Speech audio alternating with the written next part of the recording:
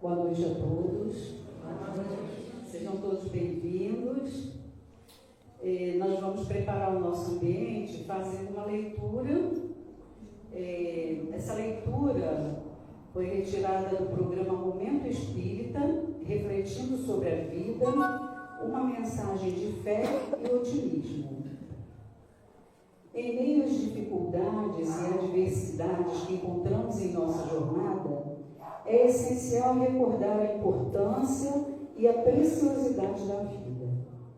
Cada momento, cada dia, é um presente que nos é dado para ser vivido com esperança e fé. A vida é feita de altos e baixos, de vitórias e desafios. Nos momentos mais difíceis, é natural sentir-se desanimado, mas é exatamente nesses momentos que devemos nos agarrar à nossa fé e encontrar força no otimismo. Acreditar que dias melhores virão e que cada obstáculo é uma oportunidade para crescer e se fortalecer. Nunca desistam. Mesmo quando o caminho parecer árduo e sem fim, lembrem-se de que não estão sozinhos. Há sempre uma luz no fim do túnel, e essa luz é alimentada por nossa fé em um futuro melhor e pela certeza de que somos capazes de superar qualquer dificuldade. Reflitam sobre a importância de cada vida, inclusive a sua. Cada pessoa tem um propósito único e um valor imenso. Valorize seus sonhos, suas conquistas, mas também suas lutas e aprendizados. São essas experiências que moldam quem somos e nos preparam para uma amanhã mais brilhante. Que a fé em Deus ou em poder maior guie seus passos, que o otimismo encha seus corações e que vocês sempre encontrem motivos para sorrir e continuar lutando. A vida é bela, mesmo com suas imperfeições, e merece ser vivida plenamente.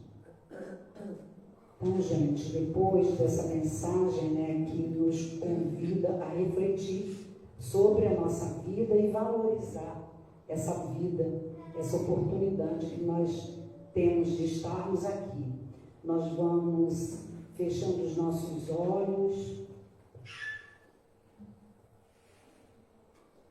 relaxando o nosso corpo físico, soltando os nossos músculos, nos acomodando bem em nossas cadeiras, firmando os nossos pés no chão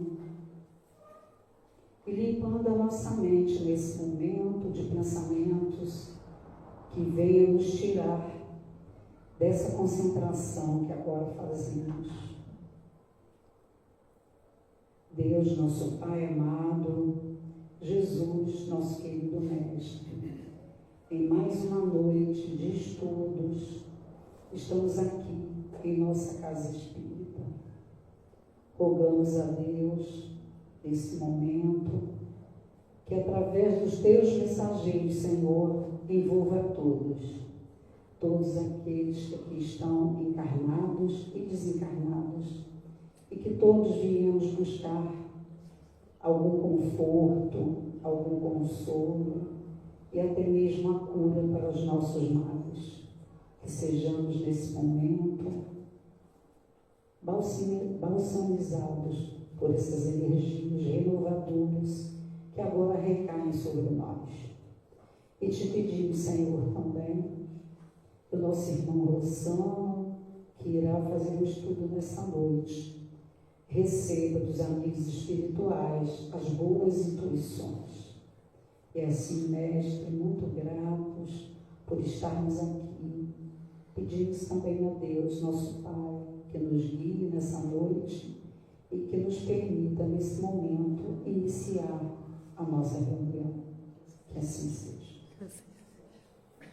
Então, nós vamos passar para o nosso companheiro Rossano, sobrinho, veio lá de Espero Feliz fazer esse estudo para nós, né? Que a gente possa focar bastante a nossa atenção para a gente aproveitar bastante essa noite, tá bom, gente? Então, vou passar para o Rossano. Rossano, você vai usar? Isso até muito, acho que é tá bom.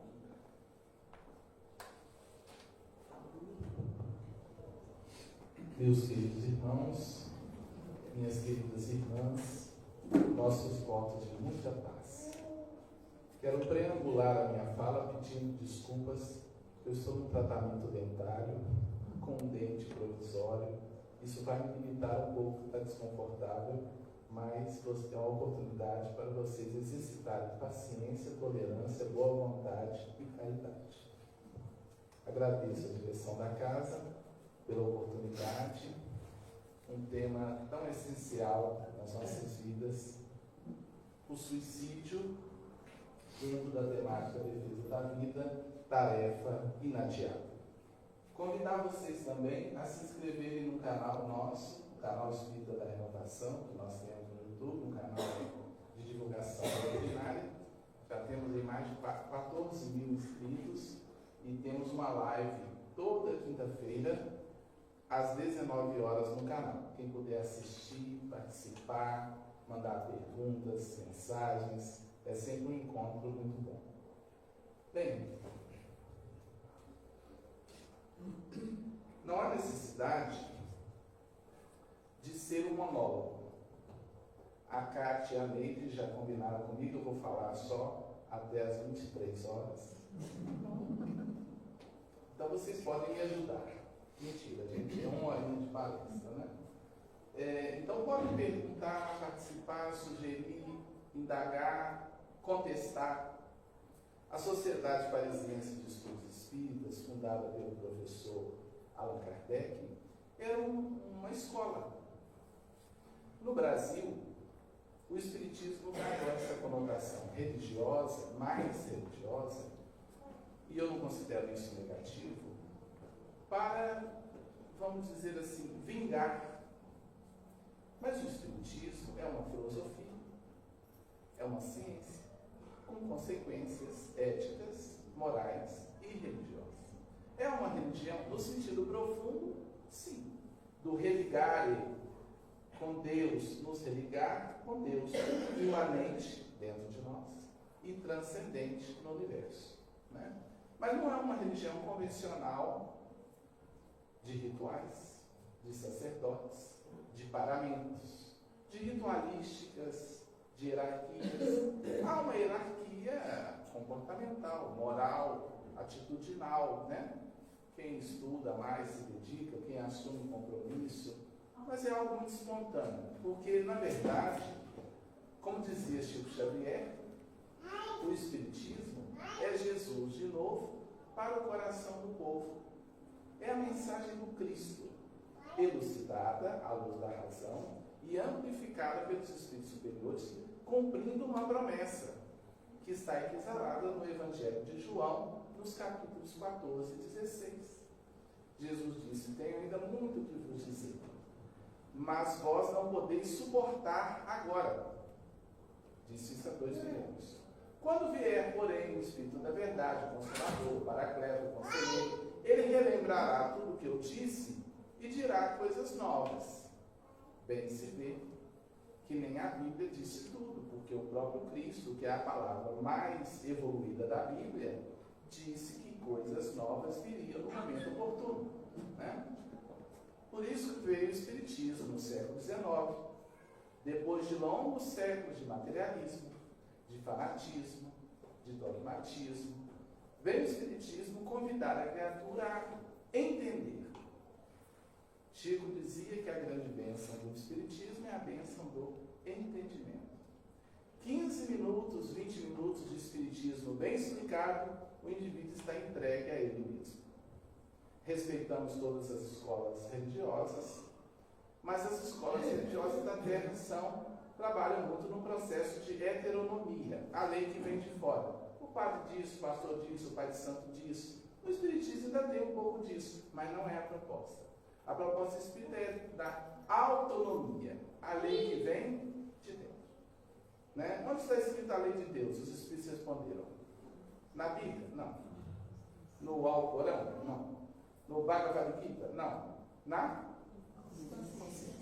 A Bíblia, o Alcorão e outras escrituras são tentativas de materializar no plano terreno as leis divinas. Tentativas, né? Mas a lei de Deus está implantada no ímã do ser. Por isso, quando erramos, uma lâmpadazinha vermelha acende dentro de nós. Né? A gente olha, e quanto mais estudamos, mais vamos identificando isso. Então, fiquem à vontade para participar, perguntar, né? Contestar. É uma escola. A Casa Espírita é uma escola. É um núcleo de oração, uma vibração específica para a nossa harmonização e cura, e também um hospital. Todos nós somos seres enfermos do corpo e da alma. Então a gente vem à Casa Espírita para se harmonizar. Vamos começar refletindo o seguinte: não temos vida, somos vida. Tudo que temos podemos perder. A gente perde o carro, a chave do carro, o celular, a casa pode pegar fogo, a gente pode perder o emprego, a gente pode perder pessoas, entre aspas. Né? O que a gente não perde? Aquilo que o ladrão não rouba, a ferrugem não corrói e a traça não destrói. As nossas conquistas internas. Né? Então nós não temos vida, nós temos corpo, essa indumentária, né? Essa estrutura biológica. Mas nós somos vida. Se o ser perceber que não é o corpo, mas também não é as circunstâncias, o suicida, ele não quer matar a vida. Ele quer matar a dor que ele está sentindo diante das circunstâncias da vida. Se ele compreender, se o ser compreender que todas as circunstâncias passam e que a vida fica depois das circunstâncias, ele vê que não é o caminho. E é um atalho, um verdadeiro atalho. Eu posso dizer isso com relativa segurança, porque já tive contato com espíritos suicidas. Um amigo nosso suicidou e ele me acordou em plena madrugada, me chamando. Eu despertei. Um pouco de clara audiência, de ouvir os espíritos, e ele me chamou, enfaticamente.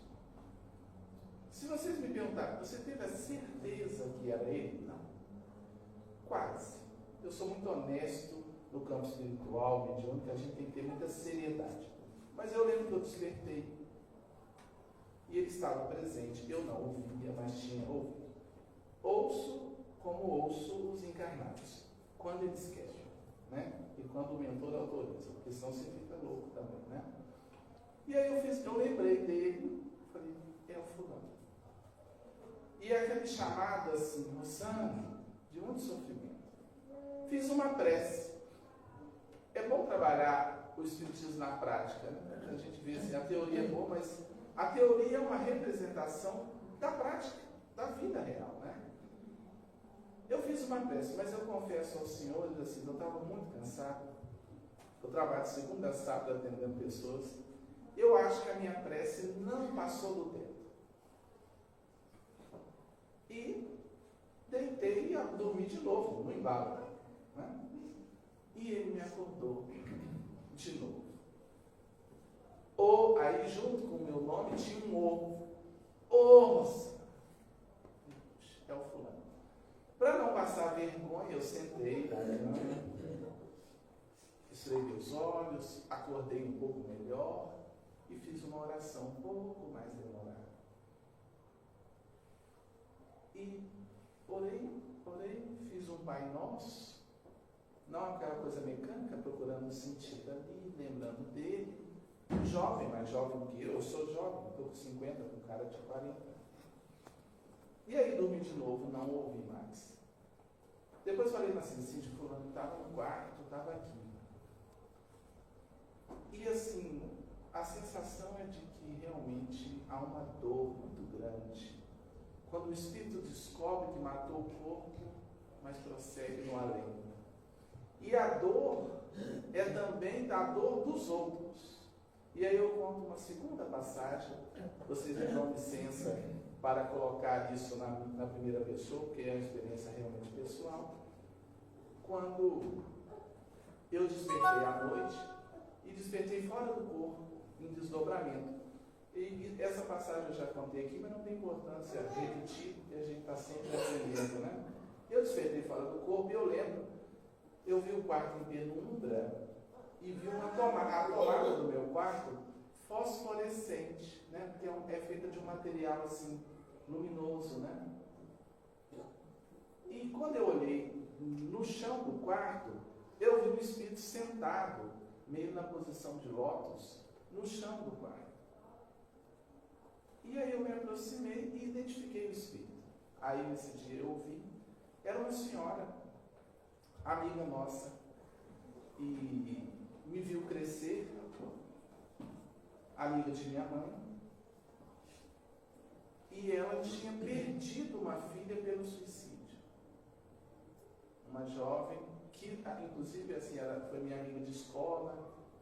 Fizemos uma peça de teatro uma vez na igreja católica, eu sou de família católica, e ela participou, e ela era a mulher adulta daquele episódio, eu era o Cristo.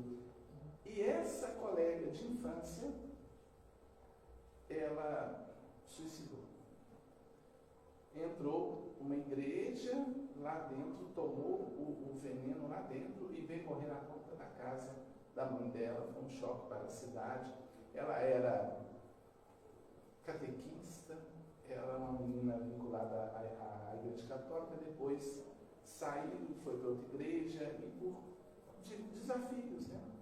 Problemas relacionais, acabou suicidando.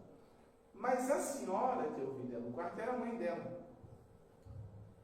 E aí, eu não me recordo ao voltar do corpo que conversa que eu tive com essa senhora, mas eu sei que ela estava aflita. E aí eu pensei, fulano desencarnou, a mãe que eu vi. A filha tinha desencarnado e eu pensei, será que ela suicidou também? Porque ela estava muito aturdida, de vez em quando ela ia atrás de mim, levava uns textos. Essa senhora foi minha aluna na educação de jovens e adultos, que eu trabalhei na EJA há muitos anos, fui professor durante 20 anos. Acordei e falei com a Cíntia, a fulana veio aqui à noite. Mas como? Assim, será que ela desencarnou? Meu irmão mora em frente à casa onde ela morava. Aí eu disse, sério, dá uma olhada aí na casa da fulana se tem um movimento aí de velório, porque ela veio aqui à noite. Aí o secretário, não, só está tudo ok, tem nenhuma informação que não está tudo normal. Ela não tinha desencarnado, ela tinha desdobrado o corpo e ido, porque ela ia durante o dia atrás de mim. Aí vocês podem dizer assim, Rossana, mas pode ser uma coincidência, um sonho, né? O desdobramento espiritual, quem nunca ouviu falar, pode perguntar sobre o assunto que eu explico. É um pouco diferente de sonho. Tem hora que é difícil saber o que é sonho, o que é desdobramento. Mas não é bem uma história. O sonho é muito uma história, né, com vários personagens. O desdobramento não, eu fora do corpo, no meu quarto assim, vi o quarto em penumbra, falei, por que eu estou fora do corpo? E eu levei até um susto quando eu vi o espírito sentado. Mas confirmou-se a tese, e ela angustiada, porque perdeu um filho, é a dor das dores, é uma dor que nem nome tem, né? Porque dali uma semana eu estava na casa espírita, eu coordeno uma reunião toda segunda-feira, na CEPAC, Sociedade Espírita Paz e Humanidade, eu sentado assim, eu, o companheiro, e essa senhora, ela não tinha desencarnado, apareceu encarnada, né? Entrou pelo templo, e ela, depois de perder a filha, a dor foi tão gigante que ela perdeu um pouco o equilíbrio. Ela escrevia muito, vivia meio pela rua, ela dementou um pouco, né? Então é importante o indivíduo que está com ideação suicida pensar nos que ficam também, porque sofrem muito. E esse reverberar da dor dos encarnados nos desencarnados é algo muito sério. vê uma mãe chorando, um filho, uma filha, né? Ela entrou pelo templo na minha reunião, ela era católica também, e sentou, Neide, no chão, como ela estava dentro do meu quarto, ela sentou do meu lado assim, olhou para mim, falei, fique à vontade. E continuei na reunião. Confirmou dentro de mim que eu nunca havia sentar no chão, não é uma coisa comum, né? A pessoa chegar aqui, a não ser se tiver lugar, a gente vai falar, pode sentar por aí. Mas eu senti a dor dessa senhora que tempos depois veio desencarnar de morte natural. Não adentremos a porta falsa. Não é fácil. Recomendo o livro da Dona Ivone do Amaral Pereira, Memória de um Suicídio. Né? Porque a gente precisa realmente lutar. E o roteiro da noite é para a gente saber como lutar contra essa dor que muitos querem matar. A própria dor, né? Através da morte física. Tudo que temos podemos perder, o que somos jamais perderemos. Somos vida, não temos vida. Né? O suicídio é um grave erro de entendimento. O indivíduo acha que pode tirar a vida, mas ele é a própria vida. Não pode ser tirado. Então o suicida está equivocado. Né? Todos precisam dizer, peraí, eu sou vida. Então não tem como fugir do que eu sou. Né? Na verdade, como afirma o psiquiatra Dr. Augusto Cury, o suicida não quer matar a vida, ele quer matar a dor que está sentindo. É um atalho, uma tentativa de fugir do sofrimento. A criatura inteligente deve, portanto, se autodescobrir, empreender uma viagem para dentro, a fim de reorganizar a própria vida para transitar paulatinamente da insatisfação para a plenitude, da tristeza para a alegria de viver. Agora vamos entender um pouco a fisiologia do suicídio, os mecanismos mentais, emocionais. Entre a gente e a vida, existe uma tela, uma vidraça, que é a mente. Quando essa vidraça, essa tela, está muito suja de muitos elementos negativos, de problemas, sobretudo de passado, a gente não sente a vida. E aí a gente diz que o contrário de felicidade não é tristeza. A tristeza, meus queridos, é um processo psicológico normal. Né? O menor versículo da Bíblia qual é? Jesus chorou. Então, ele teve um momento de tristeza. Ele chorou várias vezes. Chorar não é um problema, ficar triste também não. Não devemos medicalizar ou medicar a tristeza, não. A pessoa que vive na Terra e não sente alguma tristeza, ela tem algum problema. Né? Porque a gente precisa se sensibilizar. Tem tanta coisa no mundo, né?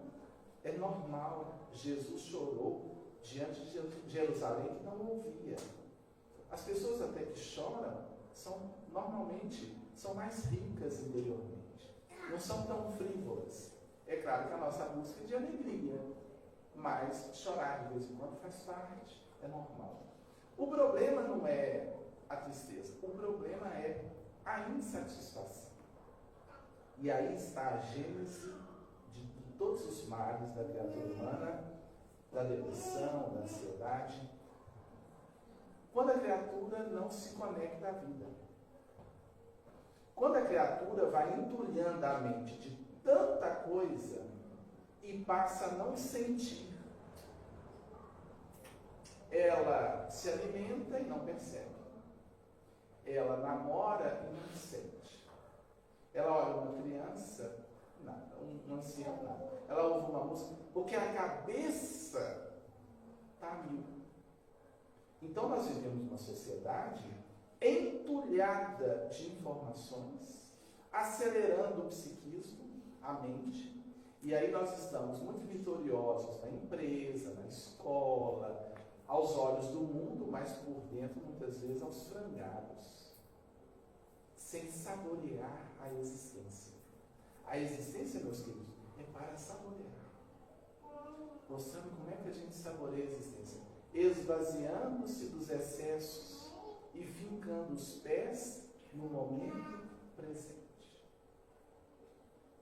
Se eu pudesse deixar uma mensagem central para que cada um levasse para casa hoje, seria o momento presente. Não é o carpe diem irresponsável, viver tudo, todos os prazeres. Isso chama hedonismo, é um buraco sem fundo. É o viver o momento presente com consciência. Está se alimentando? Se alimente. Está conversando com alguém? Sinta, esteja presente. É a filosofia que Siddhartha Gautama sempre desenvolveu, né? Perguntaram, Buda, qual a sua filosofia? Claro, ensinar os meus discípulos a andar, dormir, se alimentar, conversar. Mas todo mundo faz isso. Não, eu ensino cada um a fazer no momento que faz. Mostrando, mas nem todo mundo faz. Às vezes a pessoa se alimenta, mas ela não está ali. A pessoa pode estar se relacionando sexualmente e não estar ali. A pessoa está conversando com você, mas ela está nos processos internos. Você está falando com o marido, não está. E aí a gente vive mais ou menos. A gente vai vivendo. E é péssimo.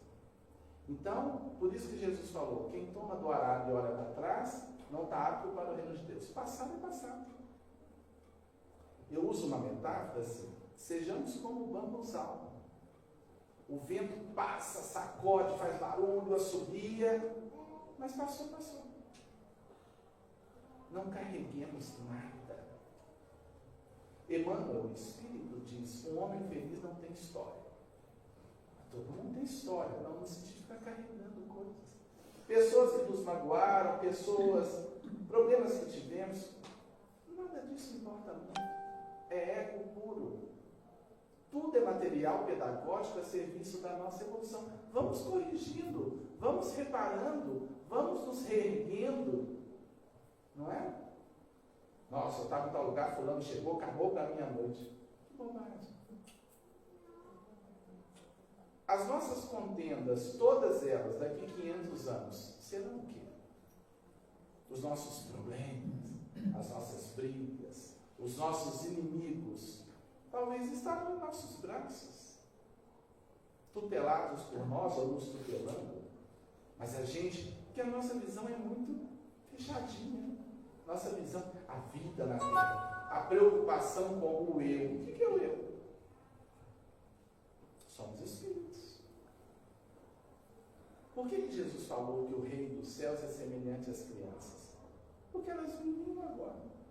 Você não vê uma criança, eu estou aqui chateado, magoado, com um conflito, eu tive um problema. Tem isso? Não tem. Nossa, mas a gente não pode ser um bobado. Claro que não pode. Nossa, a pessoa me feriu, me afetou, me prejudicou. Tá. É um problema de quem? Dela. O mal que me faz mal não é o mal que me fazem, é o mal que eu faço. E fulano falou de você. Qual é o problema? Pode falar. O tempo constrói tudo, derruba tudo, reconstrói tudo, mostra a verdade. Acalme-se e ore e siga. Não, a gente fica atrelado ao passado, a dores, né? Isso acumula. A tela, a vidraça fica suja. Daqui a pouco você não está bem. Você tem um mundo aos seus pés e não sente. Por quê? Você está na mente. Então a gente precisa limpar essa tela e construir uma rotina saudável. Eu trouxe algumas diretrizes para a valorização e a defesa real da vida. Vamos juntos verificar.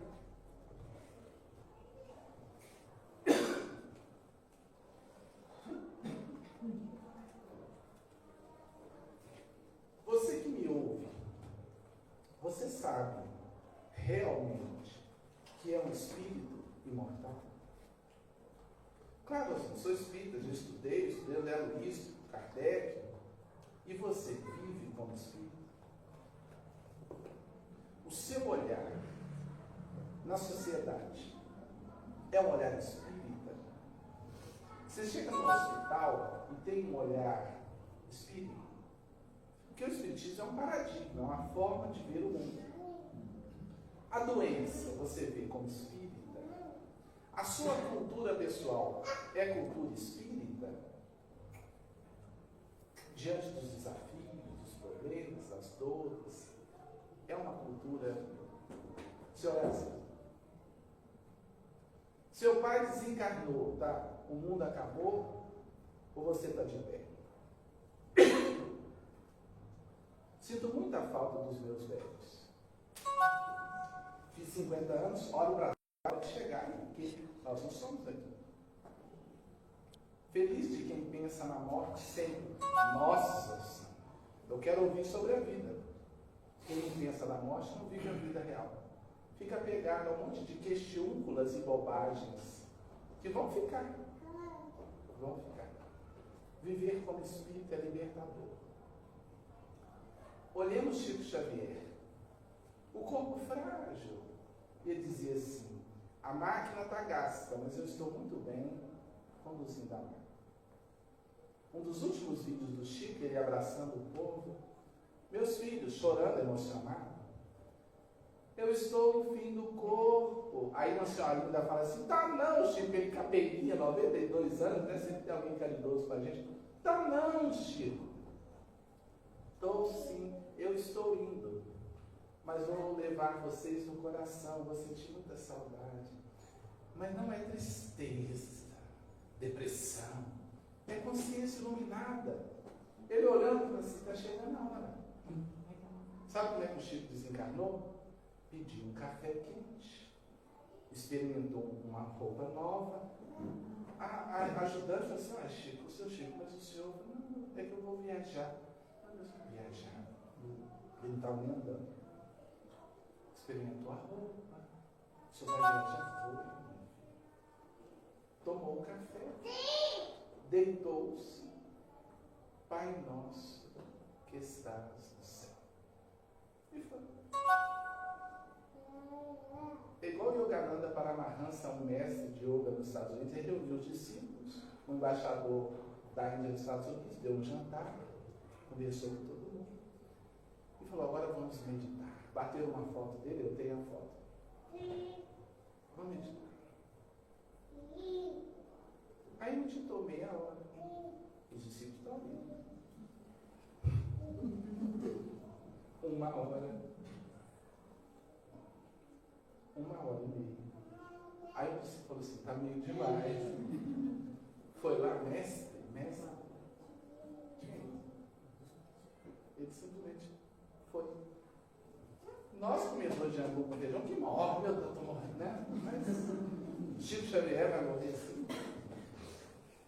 Então, é consciência, naturalmente, é vivência também. Uma cultura do Espírito. A Terra precisa de uma cultura do Espírito. Estou falando de rótulo religioso. Imortalidade da alma. Nossa, que bênção. Olhar a vida pelo prisma da imortalidade. É tudo de bom, né? Estudar sistematicamente e aplicar a mensagem do Evangelho.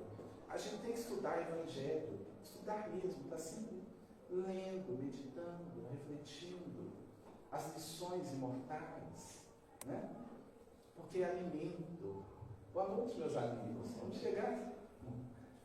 Tem caminho aqui na frente. Então, assim, a gente nós estamos cheios de religiões, mas vazios de espiritualidade. Né? Então, a gente tem que ter uma forma, por exemplo, estudos na casa espírita, reuniões de estudo. Ver qual reunião tem, quais as reuniões. Além da palestra pública, que é a porta de entrada, uma reunião. Né? Toda semana você vai ali, você senta, reflete. O livro dos Espíritos, o Evangelho, é fundamental. Porque lá no mundo a gente recebe tantas informações e tão pouca espiritualidade. Cuidar da mente, dos pensamentos e emoções. Se preciso, recorrer a especialistas da saúde e à farmacologia. Então, assim como nós não somos o corpo, nós não somos também a mente. É o primeiro passo de libertação, para não ser dominado pelo excesso de pensamentos. Mas, às vezes, o excesso domina a gente, afeta a química cerebral. E aí a gente precisa do socorro, né, de um especialista, um psicólogo, um terapeuta, de um psiquiatra, de um médico para equilibrar a química. Ah, Rosane, mas sim, porque há certas enzimas que desarticulam. Serotonina, dopamina, noradrenalina. Dali a pouco, pode estar tudo bem e a pessoa não está bem. Porque afetou a química. Um especialista vai entrar no remédio, porque a farmacologia também é de Deus. Então a gente tem que ter a humildade de buscar. Hoje mesmo atendendo uma pessoa, e ela falou assim, engraçado assim. Eu lutei com meu marido, ele bebeu muito, adoeceu, e foram alguns anos de luta e ele morreu. Eu enfrentei tudo, mas agora eu estou mal. Tem 4 meses que ele foi, eu estou mal, deprimido e tal. Eu pensei que eu fosse estar até bem, porque eu sofri bastante também com tudo. Falei, você saturou, seu cérebro cansou, você estressou demais. Isso tudo te afetou. Costuma, depois que passa o vendaval, a tempestade, a pessoa não fica bem. Está até escrito ali, ó, toda tempestade é passageira. É verdade. Mas a pessoa, depois da tempestade, pode sentir também. Porque ela cansou, ela estressou tanto, ela passou tanto perrengue, que depois que passa, mas agora que passou, eu vou estar assim? Sim. Então é preciso de ajuda especializada, busque, né? E sobretudo a parte espiritual, para você estar sempre também se harmonizando. Construir uma rotina saudável, cuidar da alimentação, exercitar, respeitar o corpo, cuidar do corpo e do espírito, a propósito do Evangelho no Espiritismo. Então a gente precisa, por exemplo, tem depressões orgânicas, tem alimentos que podem deprimir. Eu não sei se vocês sabem, o intestino é reconhecido como o nosso segundo cérebro. Há alimentos que jogam a gente para baixo, porque no intestino muita quantidade de serotonina é produzida. Se o seu intestino está muito solto, se o seu intestino está muito preso, isso afeta o seu humor. Se você tem um problema constante no intestino, se você não busca uma alimentação mais saudável, dali a pouco você não está bem. Porque você não está com tanto de serotonina que você precisa. E aí você vai ao centro, você ora, você lê o Evangelho, mas você não está bem. Então é um composto. Leiam Missionários da Luz de André Luiz. A importância da alimentação. Tem página 119, os espíritos têm que chegar no médium, aplicar uma energia forte nele, para o fígado trabalhar melhor, para o estômago trabalhar melhor, para ele na mediúnica estar bem. Porque ele está saturado, o corpo não está bem. Então é um todo. Por isso, disciplina, disciplina, disciplina. Você come uma feijoada e vem para a reunião. Você está mais no além do que no aquém. Então, assim, cuidar. E na medida que o tempo vai passando, a gente tem que cuidar mais. Eu falei que eu cheguei aos 50 e eu comecei a observar a glicose alterando um pouco, tal, cortei o açúcar. Estou bonitinha, assim, mais magrinha, estou meio rechonchudinha. Né? Teve um dia que eu cheguei aqui, um camarada olhou e falou assim, o que você está carregando aí? Olhou para a minha barriga. Eu falei, ectoplasma. Então, assim, cuidar, amar, né? Cuidar do corpo, cuidar da alimentação, exercitar o corpo. Eu não sou muito fã de exercício, mas eu tenho uma bicicletinha lá que eu preciso mais, mas estou fazendo.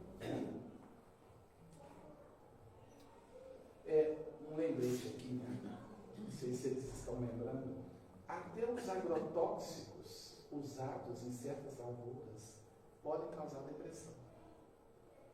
O planeta está doente. Tá? Então, assim, a regeneração planetária, ela é integral, não é? Tem gente que trabalha no campo e tal e adoece, desenvolve cânceres. A Terra vai ter que passar por uma reformulação muito pesada. Tivemos a pandemia e tudo, mas eu olho assim e lembro dos espíritos falando com Kardec. É necessário que o mal chegue ao excesso para que se verifique a necessidade do bem e das reformas.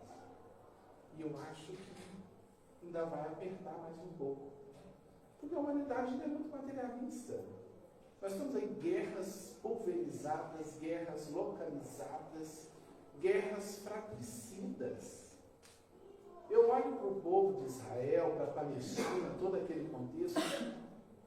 Se eles tivessem aprendido o sermão do monte, teriam resolvido a parada toda. Só o sermão do monte.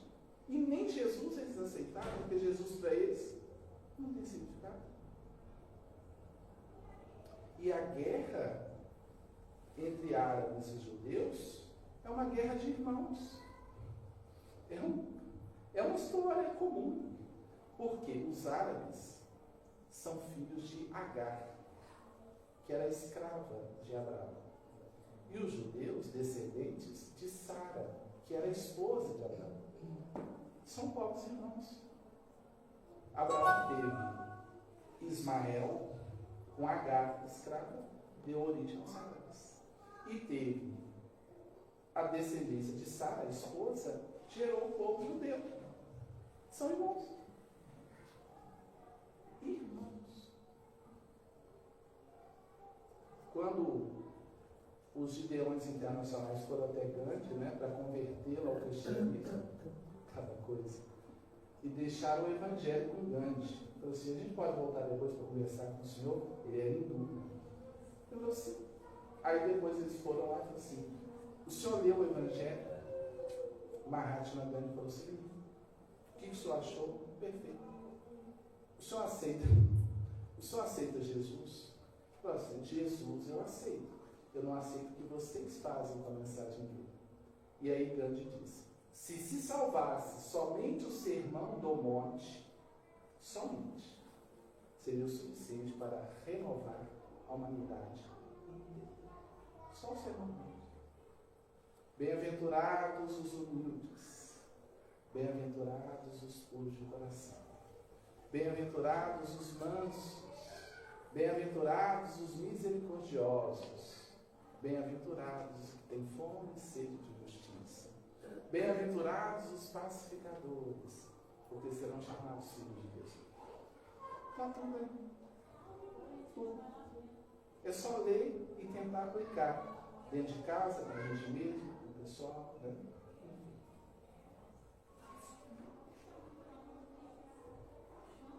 Descobrir no amor a grande fórmula da felicidade e na arte de servir o caminho da plenitude.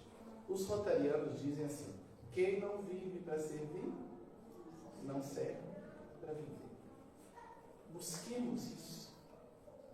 Servir. Servir é mais do que ajudar. Servir é sentir. Às vezes a gente faz a caridade.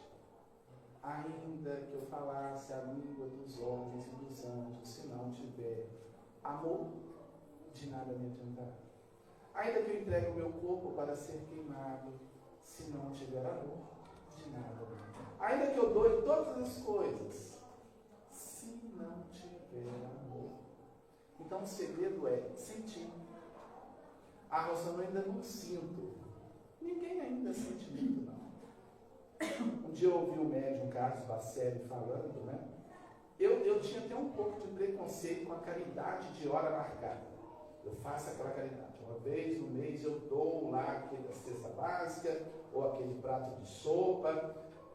Tem gente assim, a caridade de hora marcada. Mas um dia eu ouvi o Bacelli explicando e eu falei assim, ele tem razão. Enquanto a gente não ama, a gente treina. Não é? Faz mesmo sem sentir. Que o sentimento vem. Mas cuidado, não faça para herdar ao nosso lar o reino dos céus. O esforço é amar, é sentir. A caridade, questão 886 do Livro dos Espíritos. Benevolência para com todos. Não é só com os pobres, com todos. Aplaudir quem está bem, quem está melhor do que você, é caridade. O amigo é aquele das horas difíceis? Sim, mas também é aquele que festeja com a gente, celebra a nossa vitória. Se alguém se alegra com a sua vitória, se você sente a pessoa ali, eu fui pro boxe e eu gostei de ver o dele vencer, então, cara, valeu, seu treinamento valeu, é amigo. Agora, quando você tem uma vitória e alguém olha, parabéns. Então, festejemos, vamos celebrar, vamos nos alegrar com a alegria dos outros. Quem descobriu isso, descobriu muita coisa. A vitória do outro é a minha vitória. Emmanuel que diz assim, a vitória real, benfeitor, né? Olha, é a vitória de todos. É de arrepiar isso. Vivemos um momento tão delicado no país, né? Muito bem, respeitemos todo mundo, amemos cada um dentro da sua singularidade, façamos a nossa parte, somos todos irmãos. O amor vence.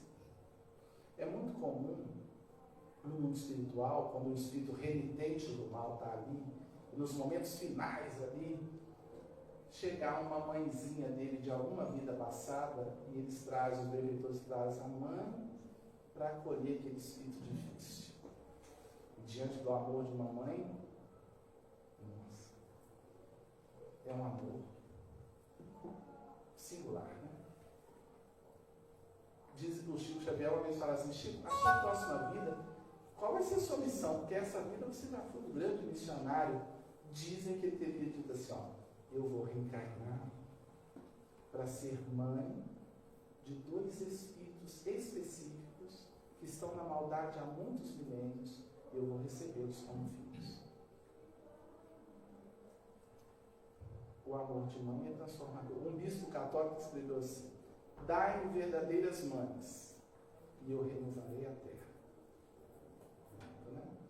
Então vejamos, servir. No papel que você estiver, com dinheiro ou sem dinheiro, com conhecimento ou sem conhecimento, o próprio Chico Xavier dizia assim, quem sabe pode muito, quem ama pode mais. O depressivo, o indivíduo com ideação suicida, ele precisa da nossa atenção. Procuremos escutá-lo, ou sentar com ele, chorar junto, olhar. As pessoas não se olham. Está todo mundo correndo atrás do vento, como diz o Eclesiástico. Correndo atrás de quê? Vamos correr, temos que trabalhar, temos que correr. Mas vamos olhar para as pessoas. Eu tive um tio, e ele, no final da vida, ele estava muito largado, numa situação muito difícil.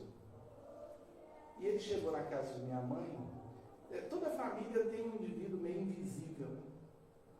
É aquele primo que não está trabalhando, o outro que se envolveu com as drogas, o outro que bebe muito. Aí encontra a família, eles chegam, quase ninguém olha. Ele é um indivíduo invisível. A gente recebe os bem-sucedidos, o que estudou, o que fez doutorado. Mas esquece de olhar para os invisíveis. Né? E eu olhava esse tio, às vezes a família estava reunida, ele chegava, não, já estou passando, já estou indo, tá gente, só vim aqui, um constrangimento, a pessoa vai ficando constrangida, vai sendo esquecida, ela vai morrendo antes de morrer. E aí de vez em quando eu procurava conversar um pouquinho com ele, Eu lembro uma vez que ele chegou muito xoxinho, ele faliu, se entregou as bebidas e tal. E aí eu falei, hoje eu vou conversar um pouco desse tio. E puxei um assunto, descobri que ele era maçom, tinha sido maçom. Eu não sou maçom, meu pai era, meu irmão é. Mas eu falei assim, deixa eu buscar um assunto. Quando a gente busca um assunto, só para chegar até a pessoa. Ele não falava de futebol, ele não sabia de política, era espiritualidade muito menos. Eu falava assim, tio, vamos ao centro. Aí ele era da turma dos 6 horas. Eu falava assim, 6 horas para mim, né? 6 horas. Aí eu sabia que ele tinha sido maçom. Aí eu falei, hoje eu vou tentar fazer um link contigo. Aí eu perguntei, tio, só foi maçom? Nossa, ele mudou até a postura corporal. Foi sim. Foi bom, tio? Nossa, muito bom. E começou a me falar como nunca o tinha visto falar. Ele estava sensível. Eu olhei e falei assim, os olhos brilharam, a postura, como se ele tivesse acessado algo dentro dele importante, né? Eu falei, tio, que legal, eu não sou maçom, mas é uma obra iniciática, né? Dizem que é um burilamento da pedra bruta, erguer templos às virtudes e muros aos vícios. Um pouquinho que eu sabia do que eu tinha ouvido falar, porque como eu falei, eu costumo...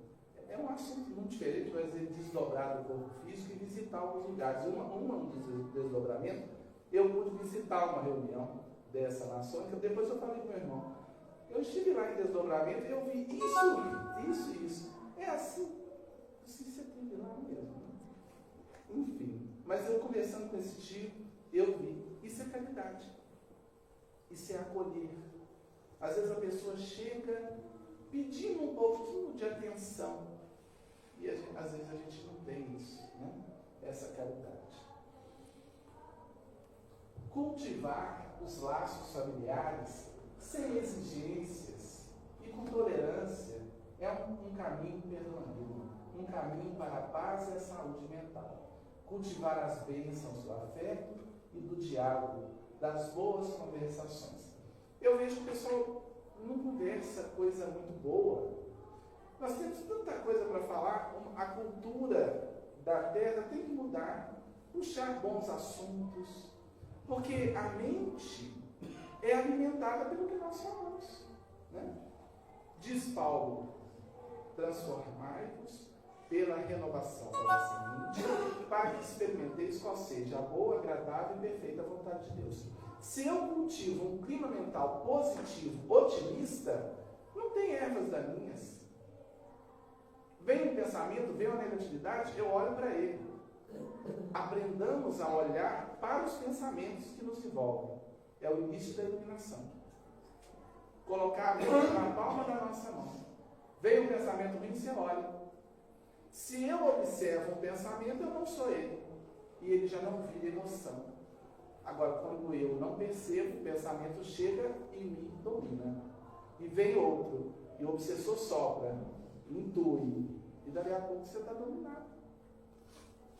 Cultivar leituras edificantes, palestras como essa. Percebe que nós estamos num clima mental diferenciado nesse momento? Quem percebe, levanta a mão. Estamos aqui. Porque os benfeitores chegaram bem antes, prepararam a energia. É tão interessante, meus queridos. A frequência a um lugar como esse e outros similares, seja católico, evangélico, umbandista, onde tem o bem, né?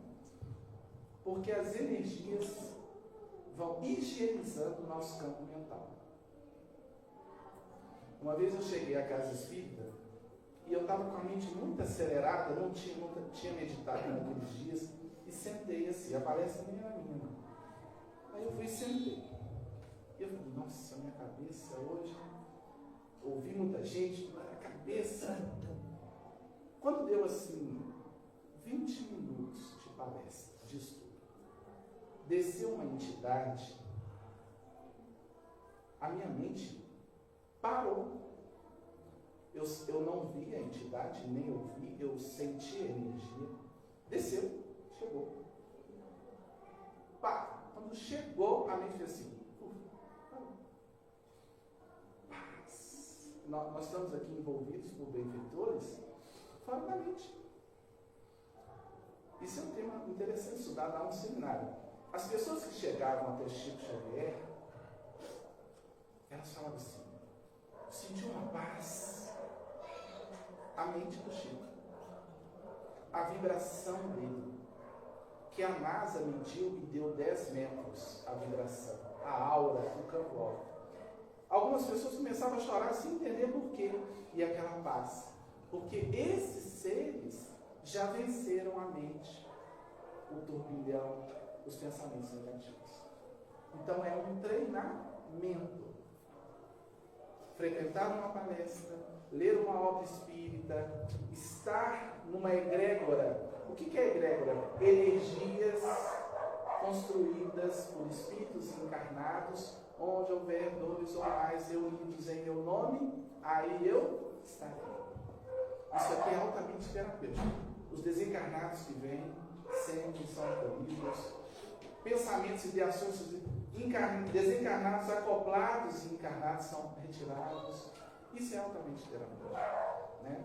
O negócio é fazer a manutenção disso depois e sair daqui. Dedicar-se ao trabalho, como quem serve a Cristo, na construção de um mundo melhor. Toda atividade útil é trabalho, afirmam os bons espíritos. Eu não estou falando de emprego. Você pode ter emprego e trabalho, mas você pode ter qualquer atividade útil. Coloque amor, atenção, dedicação. Levante todo dia pensando, eu estou na Terra na construção de um mundo melhor. A minha palavra no comércio, na escola, na farmácia, no hospital, onde eu estiver, eu posso ser veículo da luz. Eu posso levar uma simpatia, uma empatia, um acolhimento, uma gentileza. Um dia eu fui fazer uma palestra numa faculdade, na época do antigo retroprojetor, antiquíssimo. E o retroprojetor estava assim, e eu colocava a lâmina, e a lâmina chiava. Eu falei, meu Deus, como é que eu vou agora fazer a palestra? Não para aqui, não sei se bate o vento, a inclinação. Saiu um jovenzinho lá da última fila, veio e falou assim, professor, pode deixar que eu seguro. E passou a segurar a lâmina. Aí eu fiz a palestra a partir daqui. Eu falei, a palestra era sobre inteligência emocional. Às vezes você tem muita inteligência intelectual, mas não tem inteligência emocional. Chega até a pessoa, está percebendo alguém triste? Chega e fale. Olha para a pessoa, olha para os olhos. Você pode retirar a pessoa de um monoideísmo, de uma ideia fixa, olha para ela. Humanize o ser, humanize-se. Pensa assim, não, eu sou um canal de Deus, onde eu estiver. Eu posso ser. Porque uma hora eu vou precisar desse olhar, desse acolhimento. O avôzinho está lá no cantinho, né? A avózinha, alguém, um familiar, como eu disse, assim, mais necessitado, mas também prestigiar quem está bem, né? É a arte de viver. Realizar semanalmente o Evangelho no lar. Alguém aqui faz o Evangelho no lar? Quem não faz, está aqui a dica. Faça uma vez por semana, no mesmo horário, dia, senta, é uma leitura edificante, uma prece. Põe uma aguinha ali na mesa, coisa simples. Lá em casa, todo domingo, 10h30 da manhã, que é a hora que os filhos estão presentes e tal. Então a gente senta, cada um faz uma prece, um lê uma página, quer comentar, comenta. Momento leve, né? Para mudar a vibração. É um momento de limpeza. Uma vez um camarada falou assim, Chico, eu vou fazer o Evangelho, mas até a tomada pega fogo lá em casa, eu não consigo. Eu paro. O Chico falou, não, meu filho, troca a tomada. Então, assim, tem que fazer, né? A gente já está fechando. Cultivar o hábito diário da oração. Levantou de manhã, calibra o seu roteador mediúnico, a glândula pineal, para pegar o Wi-Fi do reino dos céus, uma prece. Só de pensar em Deus, a glândula pineal se ilumina. Pense, Deus. Sinta, respire. Eu tenho uma paz em branco pela frente. Vai ser um dia legal. onde eu chegar, eu tenho que levar um pouco de luz, de paz. E se eu não estiver muito bem, faça. Que o bem chega. Não é ficar bem para fazer. É fazer para ficar bem. Certo? O passarinho não canta porque ele é feliz. Ele é feliz porque ele canta. Hoje eu estava em casa e assim, nossa, esse dente que não me deixa, não está legal, nem para eu falar, eu vou chegar lá, só falta o dente cair na frente do povo. Aí eu lembrei de Chico. Eu falei para assim, como é que eu vou lá? O mentor não vai nem poder me inspirar, vai ter que ficar segurando o dente. Eu sou moleque, ele vai segurar o dente. Aí eu lembrei aí veio o Chico, quando ele falou com o Emmanuel, eu estou cego de... Emmanuel também era cruel. Eu estou cego de uma vista. Emmanuel falou assim, 2 olhos é muito luxo para você. Um te basta. Emmanuel, eu quero ver agora se o Emmanuel reencarnou. Eu queria acompanhar o Chico.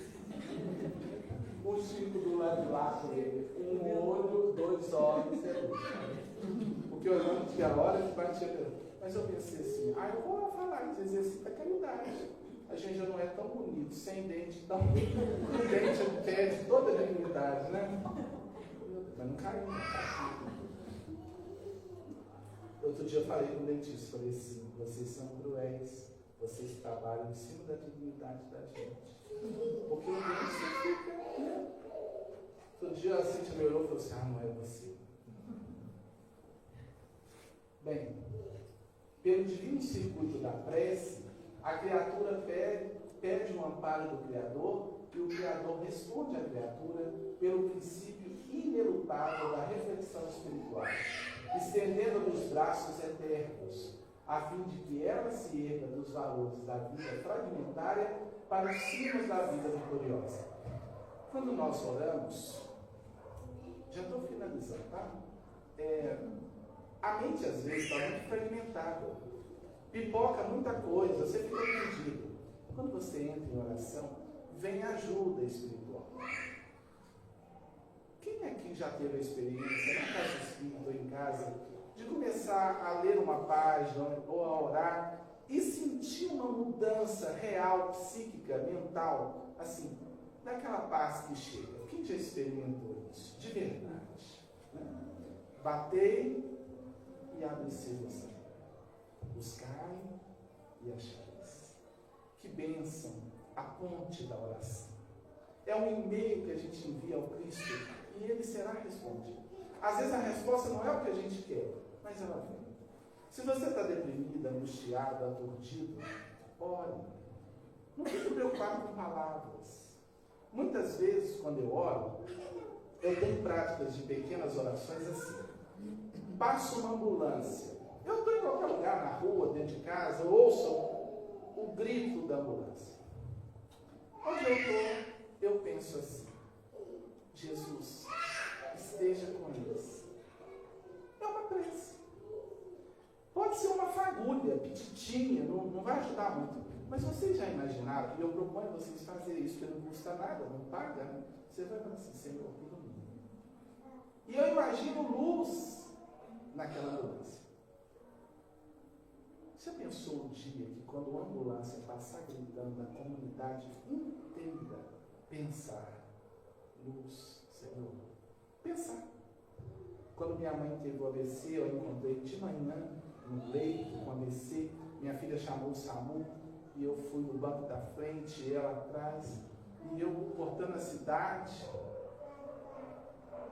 e orando, a dona Avelina ali. E eu pensei assim, hoje sou eu que preciso de alguém também, pensando, Jesus, abençoe. São práticas, são links, são formas de calibrar a nossa vibração com a espiritualidade maior. A espiritualidade também tenta trazer essa luz para a Terra, porque o plano físico, a Terra é conhecida pelos espíritos como o planeta das faixas escuras, densas. A gente ora pouco, a gente vibra pouco positivamente, a gente pipoca mais dos ombros para baixo, alimentação, sexo e repouso, e poder, e manipulação, e domínio, e controle, e mago, e dor. A gente precisa de paz, de plenitude, de dedicação ao bem. Eu fiquei muito feliz essa semana, muito feliz. Eu tenho 2 filhos antes, assim, Pedro, a Anis tem 20, o Pedro tem 15.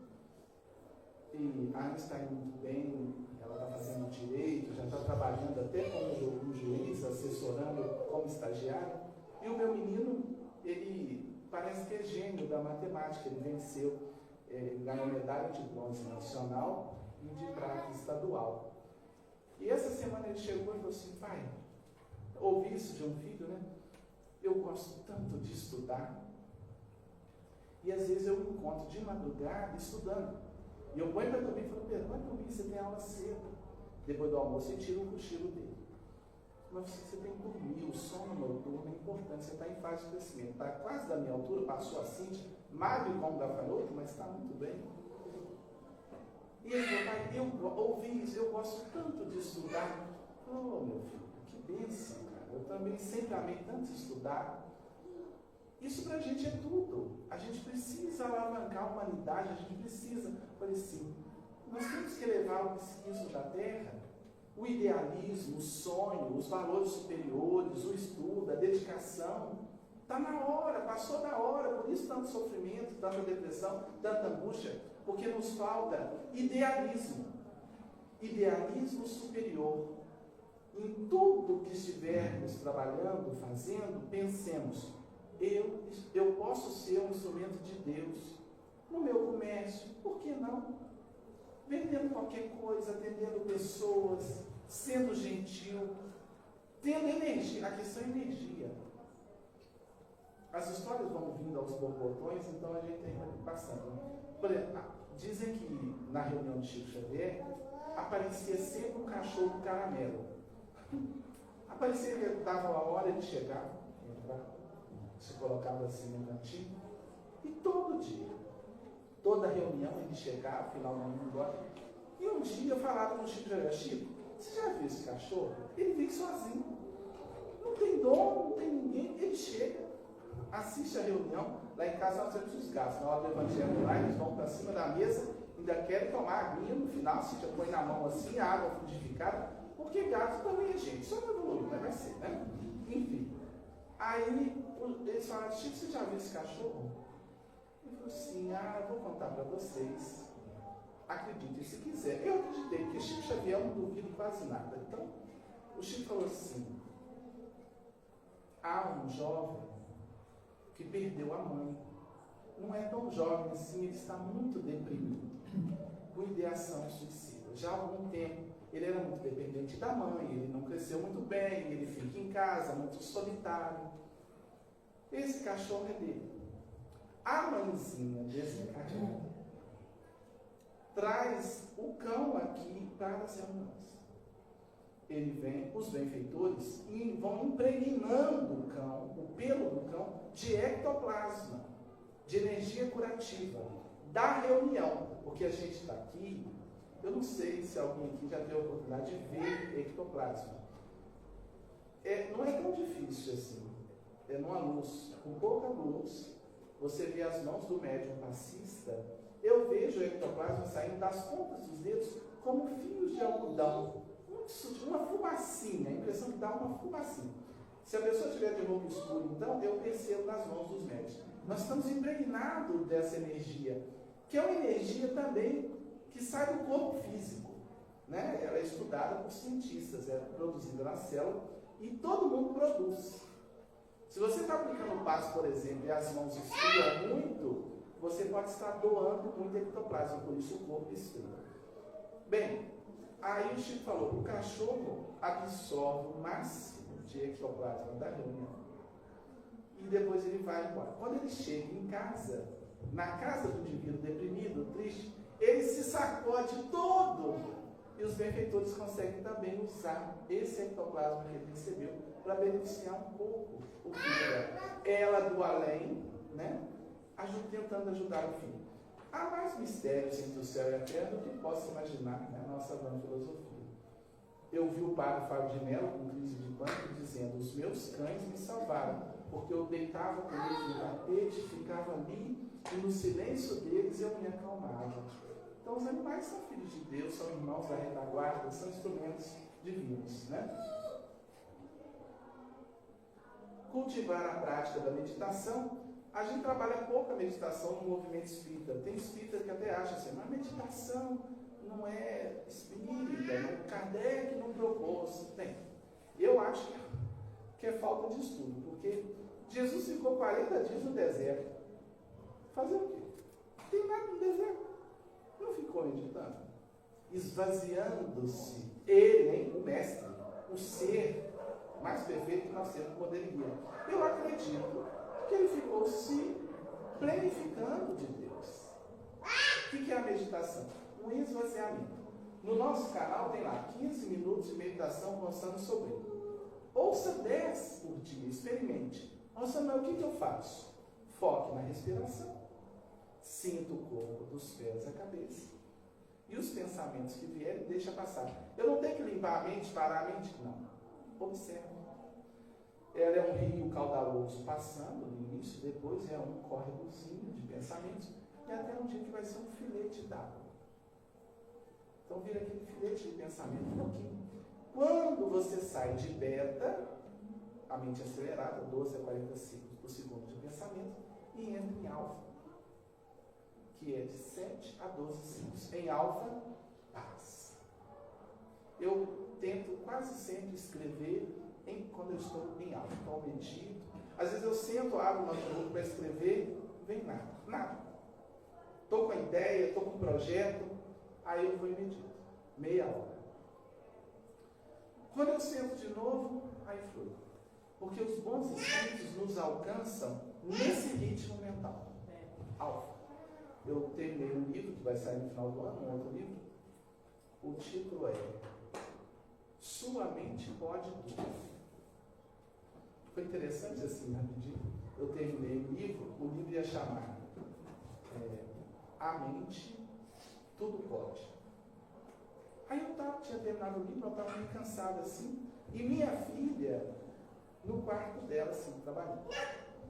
E me veio a intuição assim: pergunte sua filha sobre o título desse livro, porque o olhar dela é o olhar do leitor, é o olhar do jovem, é o olhar de quem olha de fora. Falou assim: Ângeles, vai terminar um livro aqui novo, eu vou mandar para a editora do Conhecimento. O título é A Mente Tudo Pode. O que você achou? Aí ela falou lá: pai, por que você não coloca Sua Mente Pode Tudo? Uau, né? Ficou mais impactante. Aí o título é esse, onde eu falo do ritmo alfa. Acelerar, desacelerar. A meditação nos conduz a esse ritmo. Eu quero fechar com o mestre dos mestres, né? Um dia eu falei para os meus filhos, acho que isso eu contei aqui. Eu sentei com os dois e falei assim: ó, se eu pudesse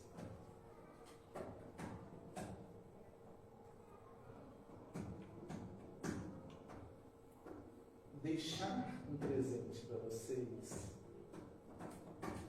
para a vida, eu não vou agora, não vou desencarnar agora, mas se eu pudesse deixar, quando eu for daqui,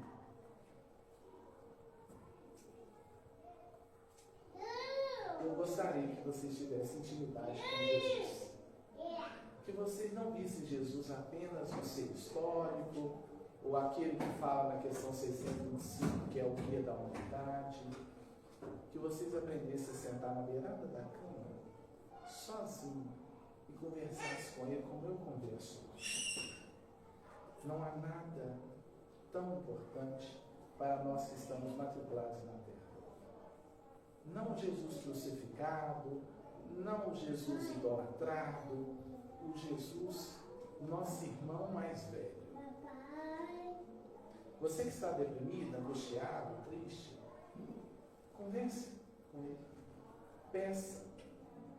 Ele está vivo e cuida de nós. Às vezes, pessoalmente, ele não vem, mas ele tem seus mensageiros. lembram do centurião romano, que era um guarda romano, que cuidava, tinha 100 homens sob sua ordem, e um escravo dele adoeceu, ele foi até Jesus e pediu ajuda, e Jesus falou assim, me leva lá. Aí ele disse, Jesus, eu não sou digno de que entreis em minha casa, mas eu comando homens, eu dou ordem, eles vão. Basta o Senhor dizer uma palavra e meu servo será salvo, será curado. E Jesus falou, pode ir que ele está curado. Então eu falei com os meus filhos, né? Ele é o nosso irmão. No mundo tereis aflições. Tem de bom ânimo, eu venci o mundo. Tenhamos essa intimidade com Jesus, que é nosso mestre, é o guia da terra. Precisamos aprender a sentar no nosso silêncio, entrar no secreto de nós mesmos e falar, Senhor, estou aqui. E ninguém fica sem resposta. Essa é uma passagem que eu quero trazer uma reflexão, não sei se vocês já fizeram, linkando com o tema da noite. Entrem pela porta estreita, pois larga é a porta e amplo o caminho que leva à perdição. E são muitos os que entram por ela. Como é estreita a porta e apertado o caminho que leva à vida. São poucos os que a encontram. Mateus 7, 13 e 14. O Evangelho tem várias interpretações, vários níveis de interpretação. No primeiro nível, a exegese seria assim: vamos buscar a disciplina, vamos abandonar os vícios, vamos cuidar, buscar a vida espiritual, né? A porta estreita da disciplina, do bem, da honestidade, esse é o caminho. Mas eu queria aprofundar um pouco mais. Há duas portas muito largas na nossa vida mental: o passado e o futuro. Quase sempre a gente entra mais por essas portas. O que passou, o que sofri, o que aconteceu, quem perdi, papapá. E muita gente está vivendo na porta larga do passado. Depressão, suicídio. E um outro tanto gigante de pessoas está vivendo na outra porta larga, o futuro. Ansiedade. Meu Deus, o que vai ser? O que vai acontecer? Vou conseguir? Não vou conseguir? A porta estreita é o agora. Viver o momento presente com plenitude, com consciência. Tudo bem, a gente dá uma olhadinha no passado, aprende com ele, a gente planeja o futuro, mas vivamos o agora. Quando a gente fica os pés no momento presente, a gente potencializa os nossos dons, a gente produz mais, a gente aprende melhor, a gente namora melhor, a gente se alimenta melhor, porque a gente vai fluindo, com R mesmo, fluindo, sentindo a bênção da vida. Quem não vive no momento presente, a partir de hoje, vai tomar um banho, sinta a água e agradeça. Eu falo que agradeço até os meus calçados. Quando está frio, eu calço um sapato, eu falo, nossa, um calçado. Senti isso. Moção, mas o que é isso? Tem gente que não pode andar. Tem gente que não tem como se cobrir. O frio dos Feliz é tenebroso. Tem gente que não tem casa, não tem uma coberta. Então, às vezes você está na sua coberta, sinta a coberta. E faça também algo por aquele que não tem coberta. Mas viva, está se alimentando, se alimente. Vamos sair daqui, cada um vai comer alguma coisinha? Esteja presente. E seja instrumento de bênçãos. A porta estreita é viver a plenitude do agora. Não vos inquieteis pelo dia de amanhã. Olhai as aves do céu, os lírios do campo. Nem Salomão, em toda a sua glória, se vestiu como eles. Futuro. A cada dia basta o seu cuidado ou o seu mal. Quem toma do arado e olha para trás, não está apto para o reino de Deus. Passado. Vivamos o hoje, sejamos um instrumento de Deus. Todo mundo pode? Sim. Como sempre, quase sempre, eu encerro com a Amélia Rodrigues que diz, né? Senhor, eu reconheço a minha pequenez, mas por isso dessa vez eu venho rogar-te misericórdia. Eu gostaria de ser uma galáxia de estrelas para iluminar a terra inteira, mas se eu não conseguir, Deixa eu ser um pirilampo na noite escura, iluminando a treva, a amargura de quem anda na escuridão. Queria ser uma chuva generosa, caindo sobre a terra porosa, fazendo reverdecer o chão. Mas se eu não conseguir, deixa eu ser um copo com água fria, matando a sede, a agonia de quem anda na exasperação. Queria ser um jardim de flores de todas as cores, embelezando as paisagens da terra. Mas se eu não possuir os recursos que esse desejo encerra, deixa eu ser uma rosa solitária, na frincha da rocha, embelezando as paisagens da natureza. Eu queria ser um trigal maduro, para repletar de pão a mesa da humanidade inteira, mas se eu não lograr, deixa eu ser um grão que caindo ao chão e multiplique no milhão e enriqueça a humanidade com a bênção do pão. Queria ser uma montanha altaneira, de onde se pudesse avistar a terra inteira, mas se eu não conseguir, deixa eu te pedir, deixa eu ser uma pedra, pavimentando o caminho por onde passa o herói na busca do seu destino e de sua iluminação. Eu gostaria de ser uma escada que conduzisse o artista, o esteta ao seu ideal, mas se eu não puder, deixa eu ser pelo menos o primeiro degrau. Queria ser cantor, compositor, declamador, para cantar a tua mensagem de luz. Mas se eu não conseguir, Jesus, deixa eu ser uma árvore, com a estrada sob sua sombra, ou então estar ali de mansinho, quando passar o coração pelo meu caminho, eu lhe posso dizer: olá, amigo, para onde vai? E se ele olhando para trás me inquirir: mas quem és tu? Eu lhe possa dizer: eu sou teu irmão, dá-me tua mão, sou teu amigo, eu irei contigo, e lado a lado eu possa declamar: Senhor, muito obrigado porque eu nasci, muito obrigado por estar aqui, pelo teu amor, obrigado, Senhor, pela oportunidade de estar aqui com vocês, nessa terra que eu amo tanto, tenho familiares tão queridos. Muito obrigado e muita paz.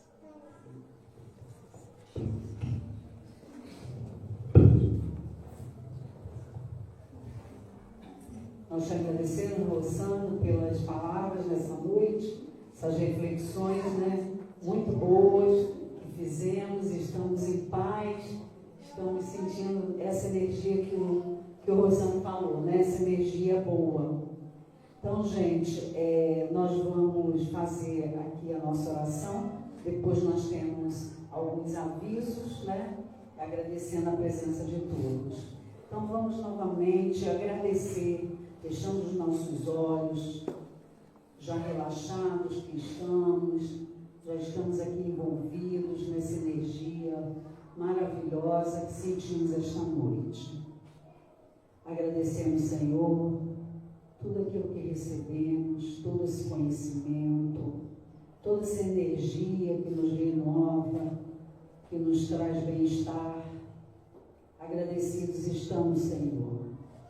Olhai por todos os nossos irmãos, encarnados e os desencarnados que aqui vieram também esta noite buscar um pouco de consolo para suas vidas. E assim, Pai, gratos por tudo que recebemos, pedimos a tua permissão para encerrarmos mais uma noite de estudos em nossa casa.